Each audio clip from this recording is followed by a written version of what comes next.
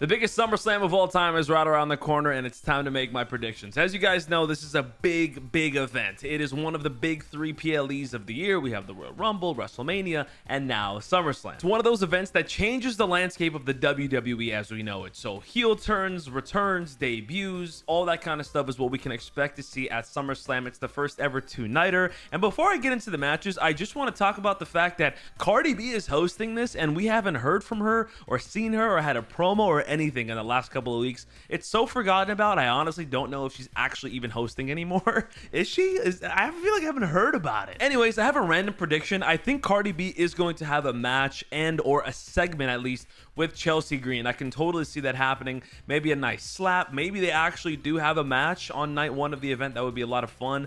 But Cardi B's the host. I hope that just means maybe coming out and opening it, some backstage stuff, whatever. Let's get into the actual matches of SummerSlam, the biggest one ever. Starting off with night one, we have Sami Zayn versus Karrion Kross. We all want to see Karrion Kross win the big one. This would be a huge moment for him and huge momentum moving forward. I think he's ready for the IC title picture. I think him going for that would be awesome. Maybe he reignites his feud with AJ Styles. There's a lot of history there. It totally works. We would eat that up.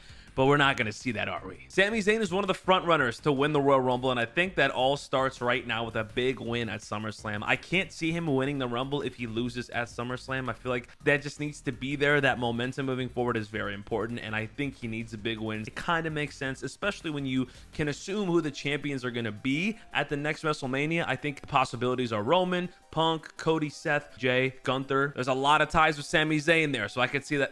There's a lot of ties with Sami Zayn there. I could see that happening down the road. I think Sami Zayn is going to win this one. I could see this match ending in a handshake, though. I don't know if they want to change Karrion Kross's character or not, and if they want to acknowledge, if he wants to acknowledge that he's going to lose, but I do see Sami Zayn like telling him thank you for bringing that out of me, because I think he'll admit that Kross was right. Sami has to bring this different person out of him to really achieve what he wants in his career, which is to win the World Championship, and I think this is that moment that ignites this run for Sami Zayn and ignites this crazy year that he's potentially going to have, or at least, you know, build up to it.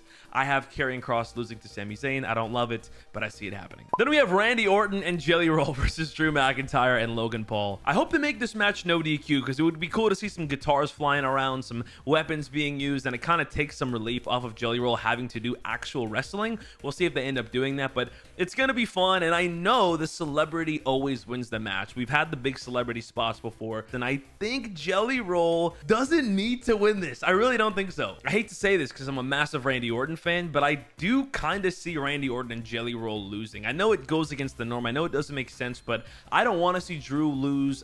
It would be fun to see Logan Paul win for a change, and I think they need to keep this feud going with Randy and Drew or Logan Paul, and then have a 1v1 or a triple threat at Clash in Paris or another PLE down the road. I would like to see these three together because they are very entertaining, and I think there's some awesome matches there.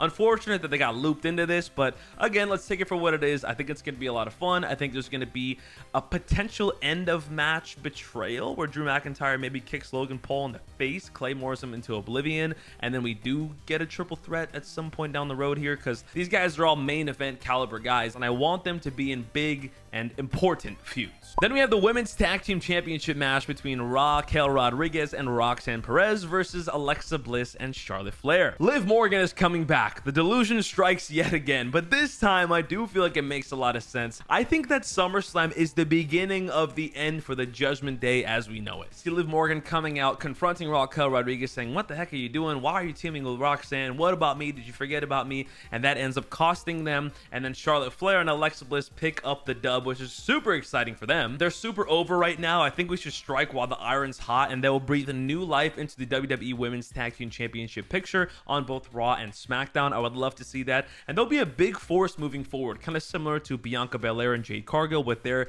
Tag Team Championship run. I think this makes a lot of sense. Plus, I see some huge and exciting feuds for them down the road. Maybe Rhea and Io. I could see them teaming up for a little bit down the road. Maybe this ends up leading to Rhea versus Charlotte Flair Part 3 at WrestleMania next year. Who knows? Just an idea, but I would like to see Alexa Bliss and Charlotte Flair win it here. If they don't win it here, then I feel like they're not going to win it at all, and maybe they're going to break up, but I want them to win. Make it happen, please. Then we have the WWE Women's Championship match between Tiffany Stratton and Jade Cargill. Because Naomi cashed in, I think this match unfortunately lost a ton of steam. For one, there was not enough build-up. I feel like we didn't get enough time. We didn't get enough segments. And for two, it's been a very weird build-up. I mean, Tiffany Stratton saved Jade Cargill the other night on SmackDown. What's that about? Why is the champion saving the person she's going up against, the biggest threat to her? It was weird. I didn't like that. I thought it made no sense. I understand you want this like level of respect between yourself and the competitor, but why did it happen? It's unfortunate that it's not shaping up to be a big match like we all thought it would be maybe a few months ago. It's kind of like the opposite effect, though, I hope, between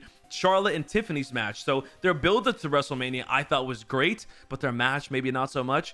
Maybe somehow in this universe this will work in the opposite way. Not a good build-up, but a surprisingly good match. That would be exciting. I do have Jade Cargill winning, though. I feel like you have to give her the win. For her to win the Queen of the Ring and to lose doesn't make a lot of sense in my opinion, so I have Jade Cargill winning. She finally gets the big opportunity, the spotlight, to show what she's got. I think she's gonna have some interesting feuds moving forward. I could see Bianca Belair down the road, of course. I could see Tiffany Stratton and probably Nia Jax at Clash in Paris, something like that. Plus, this Tiffany Stratton championship run has been a little bit lackluster, unfortunately. I don't blame it on her. I think she's awesome, but it's just not really hitting right now, and I think they need to change it up on SmackDown. Then we have Roman Reigns and Jey Uso taking on Bron Breakker and Bronson Reed. I think it's clear that this match was never supposed to happen. I think we were supposed to get Roman versus Seth in a 1v1 with a bunch of shenanigans at SummerSlam. I think that was the way to do it since we didn't have it at Mania, but this is like their workaround, and unfortunately this match meant that LA Knight was going to be taken out, because I thought we were going to get LA Knight and Uso versus Bron Breakker and Bronson Reed, and then Roman and Seth have the 1v1, and then, you know, obviously that gets intertwined, but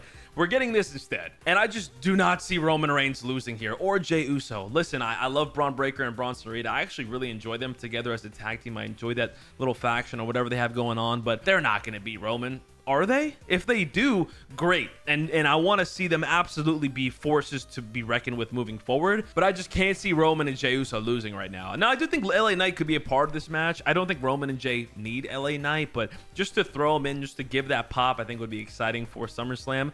Are we going to see Plan B? Is there a third member of this faction? Is it Austin Theory? Is it Ethan Page? Is it somebody else? Is it Brock Lesnar? I don't know.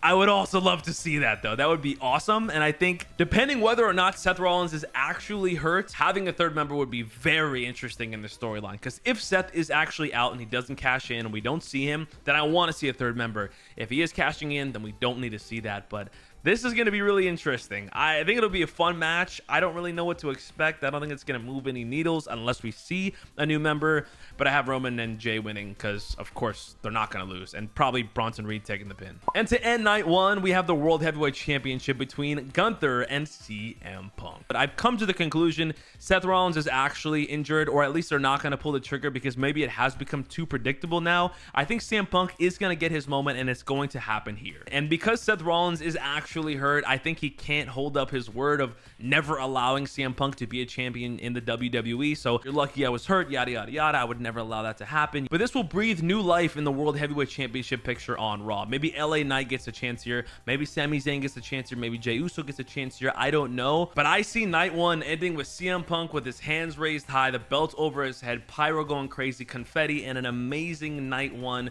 for SummerSlam. I think he wins off of an Anaconda device. I think Gunther gets tapped out again. I feel like that's just going to be something that haunts him for the rest of time. People will never let that down because Jey Uso tapped him at Mania. I feel like that's just going to be his thing. Everybody starts tapping Gunther out. At least that's how he loses. That's his kryptonite. And I feel like there's something there. So give me CM Punk winning and ending night one with a bang. Moving on to night two of SummerSlam, we have the Intercontinental Championship match between Dominic Mysterio and AJ Styles. Finn Balor and AJ Styles have a lot of history, and I think that makes this match very interesting because I could see a moment where Finn Balor slides in a chair that's meant for Dominic Mysterio, AJ Styles intercepts it, and Finn ends up costing Dominic Mysterio the match and the title against AJ Styles. I hate that for Dom, but I think it's gotta happen. It's time for AJ Styles to win some gold and to have a meaningful feud and a meaningful title run in this stage of his career. I don't know how much time he has left. He's talked about it. He's not confident in how many years, but I think SummerSlam is the beginning of the end for Judgment Day. Finn's gonna accidentally cost Dom. That's gonna to create a lot of tension moving forward. I also see Liv Morgan coming back earlier in the show, so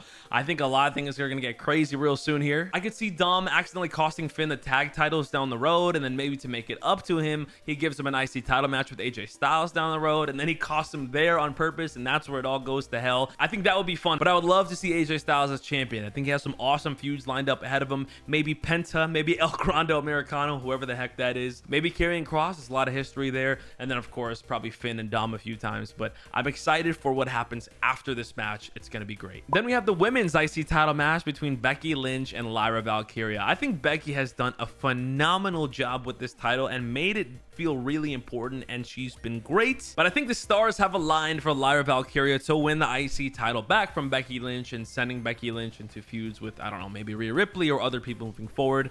The only thing I don't know how to account for is Bayley. I want her to cost Lyra in this match, and I think that makes a lot of sense, but are they going to go at it again either way? If Lyra wins, then Bayley's going to go for that title again against Lyra, and if Bayley costs Lyra, then Lyra and Bayley are going to continue feuding. So do we continue that? Does Bayley get shipped over to SmackDown? I don't know, but Lyra Valkyria kind of needs to win this match. I wouldn't be mad if Becky retained, to be honest, but Lyra has been doing really good. People are starting to really enjoy her. She's getting the pops that she's always deserved. The internet wrestling community is starting to get behind Lyra Valkyria. I just can't see her losing this match with all the steam that she's got moving forward, and I think she gets the big win here against Becky Lynch at SummerSlam. Let's go. Then we have a 6-team TLC match for the WWE Tag Team titles. My gosh, this match is going to be incredible. They already had an incredible match, and now they're just going to add even more teams in it. This is going to be this match is going to be generational. This match is going to be generational. You can bet on that. They already did an amazing TLC match a few weeks ago. How about more teams? How about more stakes? How about more eyeballs? This is going to be nuts. And I actually think, I really genuinely believe the Wyatt Six are going to retain here. Not that I want them to retain. Personally, I love the team of Andrade and Rey Fenix. I love Morrison and Machine Guns. I love all these teams. But I think the WWE has so much invested in the Wyatt Six, and they're going to give them one huge opportunity, one huge spotlight to really make things right, because they had months and months of teases to their debut. They had a massive debut. They had a lot of momentum, and just like that, because of injuries, because of booking, it kind of all died down, and nobody really cares as much as they used to. So I think this is a big opportunity to make things right with the Wyatt Six. Give them a big win here. Let them retain. Let them have an extraordinary match and come out on top, and then maybe shake up the tag teams. Maybe switch some tag teams over to SmackDown, because after this, I feel like this is the finale of the Tag Team Championship debacle that's been happening on SmackDown. It's time for a change up, but I do see the Wyatt Six winning here, and hopefully, I don't have to say hopefully, it's going to be incredible. It's going to be memorable. I can't wait. Then we have the WWE Women's World Championship between Naomi, Rhea Ripley, and Io Sky. Naomi will not lose here. It makes zero sense to have her lose at the peak of her run and possibly the peak of her career. She's really found her footing with this new character, and the entire world loves it. I do not want to see it end just yet. I want to see this continue. I know her losing to Rhea Ripley or Io Sky is still respectable, and she would be fine, but I just don't see it happening so soon. Plus, they already planted the seeds for Stephanie Vaquer versus Naomi at Clash in Paris in a few weeks, so I feel like that's going to happen no matter what. But this match is going to be a banger. It's Rhea Ripley. It's Io Sky. They can have an entertaining match with a broomstick. I hate when people say that, but it's true. Now, I'm especially excited for what's coming after this match, because I kind of see Rhea Ripley and Io Sky becoming a tag team moving forward. I know that's weird, but I know we're all looking for more for Rhea Ripley. It doesn't have to always be a world title chase. So a tag team run for her would be kind of fun moving forward. Her and Io Sky are great together. They're two of the most over women on the roster. I feel like it makes a lot of sense. Plus, a lot of exciting feuds moving forward. Maybe with the Kabuki Warriors. Obviously going to go for the tag team championships down the road too, but I'm very excited to see what happens after this match, and I'm very excited for Naomi to really show out and show the world what she's got. Then we have the US title match between Solo Sikoa and Jacob Fatu in a steel cage. It's been reported that Jimmy Uso is going to be shipped over to Raw, so I feel like the bloodline stuff is going to slow down for a little bit. I could be wrong about that, but I think that means no more bloodline drama for Jacob Fatu moving forward, or Jimmy Uso. So I have Jacob winning this match. I know he already had his big win, but I think him winning again kind of works, because there's a lot of exciting feuds moving forward. Carmelo Hayes, Damian Priest, Aleister Black, The Miz. I feel like there's a lot moving forward for Jacob Fatu. I want to see him with the US title, and I want to see him outside of the bloodline drama. I don't know what's next for Solo Sikoa, to be honest. There's still a lot of Bloodline members. I don't know. There's too many Bloodline members. It's honestly overwhelming to think about. Give me Jacob Fatu winning and getting the heck away from him. And finally, the undisputed WWE title match between John Cena and Cody Rhodes in a street fight. I hate to admit this, but I think John Cena is going to lose. I think this time John Cena is going to be the one who hesitates. He's going to have a gruesome opportunity to nail Cody Rhodes with a chair or with a belt or with a chain or something crazy, and I think he hesitates, but Cody Rhodes does not and takes advantage of that. So kind of a flip situation of WrestleMania, and that leads to Cody Rhodes winning, a very polarizing win where he's like, what do you mean? I did what you guys wanted me to do. I didn't hesitate. Now you guys are mad at me for beating John Cena, for saving the WWE, and I feel like that could lead to his heel turn moving forward, whether it's full blown at that moment or it's like a slow grinding one that happens throughout the year. I don't know, but God, I just see that happening. It's definitely going to divide the fans. And plus, that gives John Cena an opportunity to start his slow turn back to a babyface because he hesitated to hit Cody Rhodes. Maybe he felt bad. And then we see babyface John Cena run to end the year. I don't know. I don't know. John Cena is doing amazing, and I'm just starting to fall in love, really fall in love with this heel turn. So it's kind of an awkward time, and this is just what I see happening. But the thing is, John Cena is scheduled to be on SmackDown for the next couple of weeks and to be at Clash in Paris. So for him to lose and still be on every SmackDown moving forward is a bit interesting. Maybe he's not going to lose. Maybe he is going to actually retain, and that would be incredible. I don't know how, but there's also rumors that Cody Rhodes is going to go off to shoot Street Fighter after SummerSlam. So would he win and then leave the WWE and not really fulfill his championship duties? I'm not sure about that either. Also, are we going to see The Rock, or are we going to see Travis Scott? God, I hope no, but I think The Rock coming would be amazing. I'm not going to predict that because I don't want to get my own hopes up and spread that around the world because it's not going to happen. But if The Rock comes back, I think they can find a way to make everything right with how ugly the last couple months have been, but you never know. It's possible. I don't see it happening. I just want John Cena to win, and I feel like he's not. I hope I'm wrong. I really hope I am. That'll do it for my predictions. Let me know in the comments down below what you guys think. I feel really good about these predictions, to be honest, but I've been very wrong before, even though I felt very right. I'm going to be streaming this entire event, so don't miss it, and of course, the clips are going to be going up. I'll be live on this platform right here. Make sure you guys subscribe, and of course, on Twitch at JTGilly on there, and then on TikTok at GillyMania on there. And to see all the live time clips and reactions, follow me at GillyMania on Instagram and GillyMania Reacts on TikTok. It's going to be an incredible weekend. It's the biggest SummerSlam. I can't see them disappointing. I think it's going to be awesome.